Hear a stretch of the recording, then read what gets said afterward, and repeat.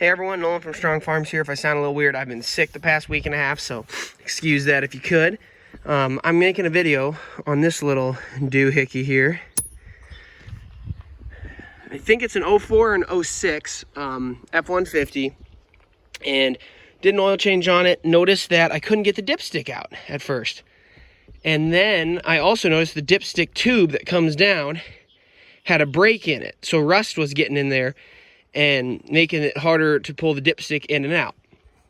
I saw some videos on it, saw a couple videos that helped me some and some that didn't, but this is what we ended up making. This is an extractor tool, or an extractor bolt, whatever you call them. And we actually, it used to be, instead of just here, this nut wasn't here, but it was only like, it was there, and it was probably that long. Well, that was too long for what we needed to do, and so we cut it down and added this nut to it, and I'll show you why. And then this is not related. This is just an example. Like, I'm using this as the dipstick tube. It's not actually a dipstick tube. It's just a copper pipe. But I'd already thrown away the one that had broken. So I'm going to jump under the truck and show you guys how we did it. I'm on gravel out here, so it'll be fun jumping under there. But hopefully I can get a decent view.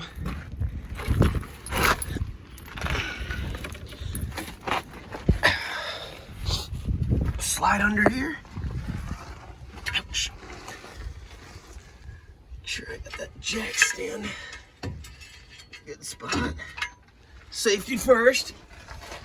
Oh. So there you can see the new dipstick tube. And I'm upside down, so this may be kind of confusing, but let me go right there. Okay, so let me try to get angled. I don't got that much room under here. Just kind of set this there. Awesome. Okay. So that goes up to where your dipstick tube actually is. And here's the manifold. See, that's the thing, is tons of shit in the way, so you really didn't get any good angles. But, so right here is where it goes into the block. Here's the oil pan. The issue we were originally having with our tool was it was too long. I couldn't get it in there. It was hitting this plate. So that's why we shortened it. And what had happened is it had actually broke off, like right above this lip. Which honestly is almost what I'd suggest to do, because with this, what you do, drop it in and you thread it, but when you thread it, and I'm going to try to set this up and show it on the, you want to make sure that when you thread this in, you don't go too much, because if you thread it too tight, it's going to expand this lip and then get it caught in the block more. There's going to be more pressure. So you just want to get it where it's nice and firm. And so, like, let's say this is our block right here. It's in the block. We got our extractor tool in. Then what we do is we came in with a like a pry bar, or something you can hammer on. We put it right on the lip of the nut, and we hammered up. And sure enough, popped it out. But you got to be careful. Again, you don't want to thread that in too much, or you're going to run into an issue with it not wanting to. It's going to be too big to get out. And if that thing, some people said, oh, we'll hammer it in, which you can do.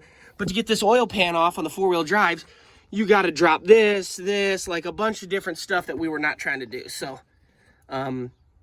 hopefully that answers any questions anybody would have. I would honestly say the easiest way, if I could do it all over again, I'd just cut it right there, build yourself one of these, thread it in, and then get to hammering. And I'll give you guys 1 second. Thread it out there. I'll give you one more shot of what it looks like. Simple extractor tool that fits the dipstick tube. You just weld a nut on the end. I don't know, my dad decided to paint it. I think he didn't want it to rust or something, I don't know, but worked really well. I mean, brother probably hammered on it for about a minute and different, and you can see where the nut had kind of gotten not straight from getting hammered. And maybe we just didn't weld it straight, I guess, I don't know, but yeah, so if your dipstick tube starts having issues, I think the dipstick was only like $25. The dealership wanted $500 if they could do it without taking the oil pan off, $800 if they did take the oil pan off. So we were able to get it done for $26. I'll zoom in on this for you guys. Try to get it to, yeah, because there's that lip right there. So you just thread that extractor in, start hitting it, and it should pop out. If you guys enjoyed the video, please do leave a like. If anybody's got questions, I can do my best to help answer them. And yeah, everybody have a good day. This is Nolan from Strong Farms, and that's it.